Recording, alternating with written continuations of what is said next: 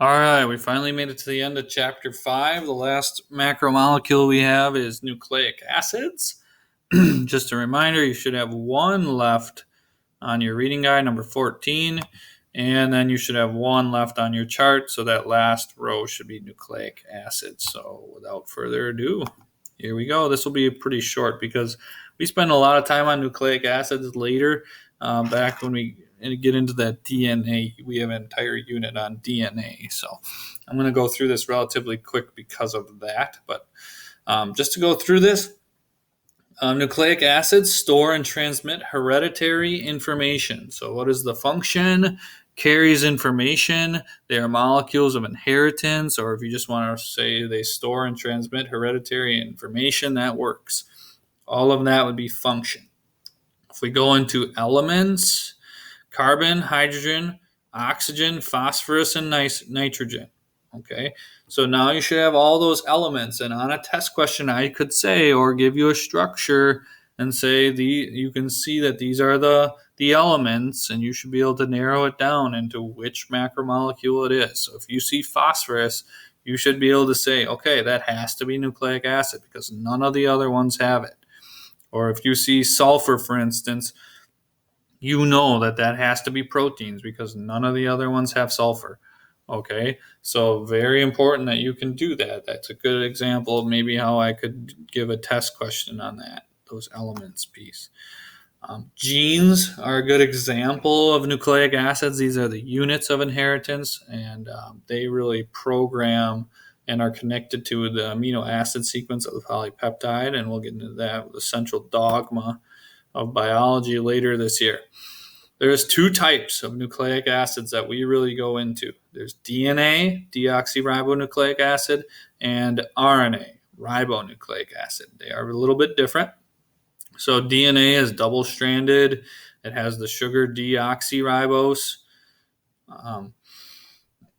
And RNA has one strand, so it's single-stranded, and it has the sugar ribose rather than deoxyribose. You might be able to guess what the difference is.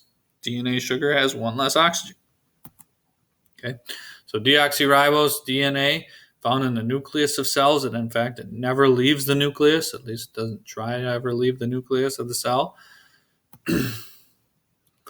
And it directs RNA synthesis. That's its job. Kind of directs how proteins get built.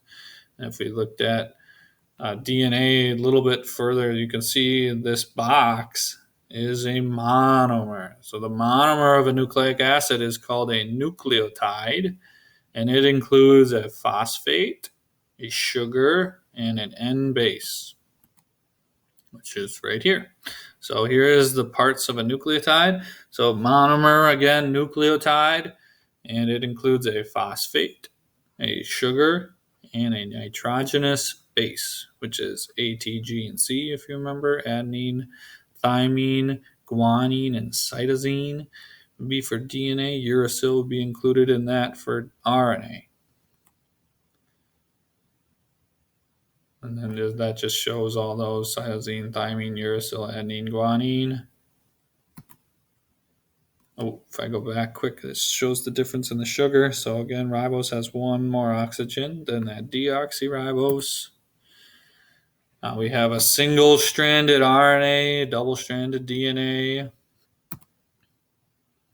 On the DNA double helix is what we would call anti-parallel. So if we look here, we have a 3' and a 5' end, but on the other side, we have a 3' and a 5' here. So they run in opposite directions. That's why we would say it's anti-parallel. A always goes with T, G always goes with C as far as DNA replication goes.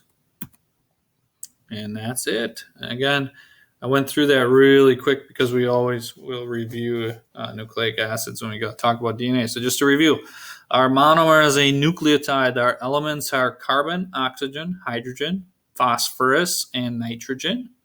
That phosphorus is found in the phosphate group.